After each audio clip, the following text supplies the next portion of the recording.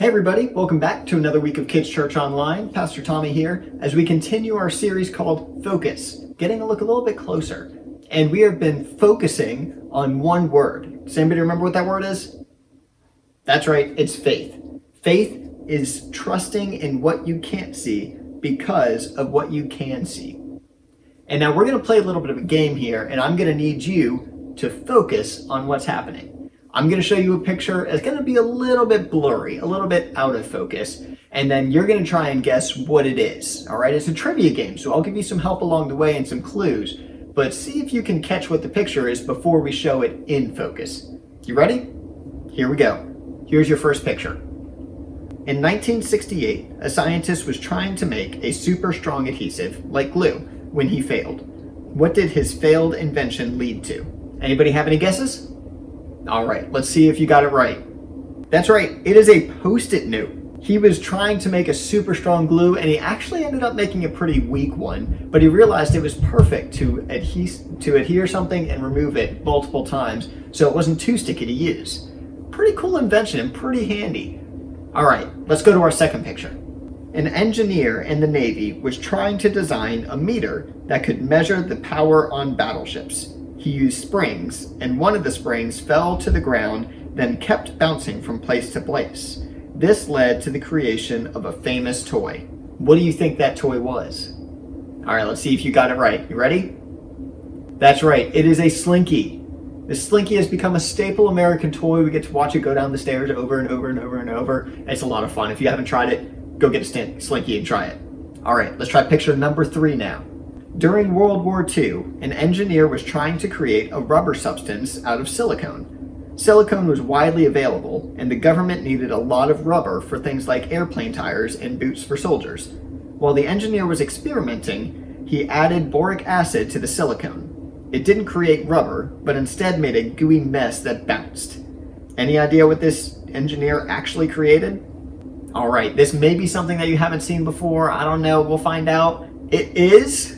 That's right, it's silly putty. Just think about it. The guy was trying to make something super serious for the army or the government, and he ends up making silly putty out of it. It's amazing when we mess up, the way that God can still use those kinds of things. It's really unexpected, honestly.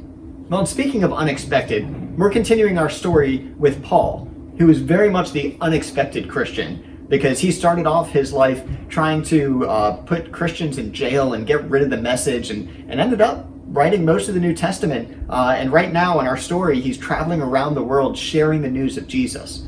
Now, it wasn't easy. In fact, he went through a lot of hardships. He went to jail a lot, and that's where we're picking up the story, is actually in Jerusalem. In Jerusalem, Paul is arrested. And while he was in jail, because this happened a lot to Paul, actually. While he was in jail, Jesus actually came and he shared a message with him. And this is what he said: "Be brave. You have told people about me in Jerusalem. Now you must do the same in Rome." So Paul felt really encouraged when he got that message from Jesus, but he still had a long road ahead of him. So while he was in jail, a group of religious leaders really wanted to kill him. And so what they did is they took him to a governor in Caesarea to go see him, to see what his punishment would be. Now, from Caesarea, the governor actually ordered him to go all the way to Rome to be put on trial. So now he's got to go all the way to Rome. In order to get to Rome, Paul was handed over to a Roman commander named Julius. And from there, it was a sea journey. And Julius was kind enough to allow Paul to actually have a bit of an easy ride. One of the things he went to a place called Sidon, and that one, he just wanted to visit friends. And so he was nice enough to say, yeah, you can visit friends. So we move our Rome sticky over because he didn't quite get there then. So he goes to visit Sidon and visit some friends there. From there, they sailed around Cyprus, and they actually had to change ships there. So now the Rome sticky has to go further. So he went to Cyprus, where they went to change ships. And then from there, they had to fight the wind a bunch. In fact, it was a pretty hard travel.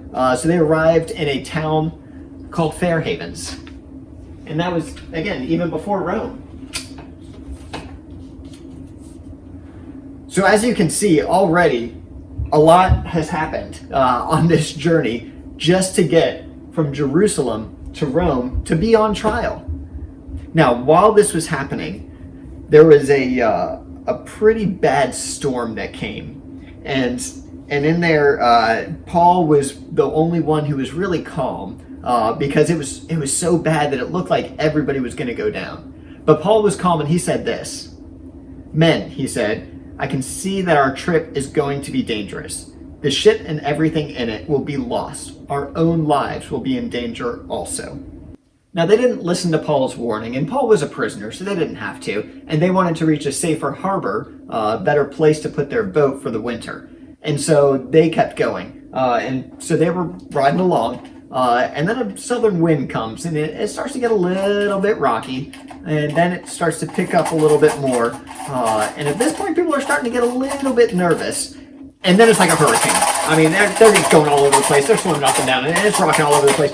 And they're doing everything they can just to stay alive at this point. So they start throwing stuff overboard. They take straps and they put them around the ship to try and hold it all together. I mean, it is bad. And in the middle of all this chaos, there's Paul. And while this is happening, there are about 276 people on board. And God wanted to make sure Paul was taken care of during this. In fact, he sent an angel with a message to him. This is what it said: "Do not be afraid, Paul. You must go on trial in front of Caesar. God has shown his grace by sparing the lives of all those sailing with you." So when daylight came, they came across what looked like an island, and they were headed right towards it. And then, of course, they hit a sandbar. And so they were almost there, but couldn't quite make it.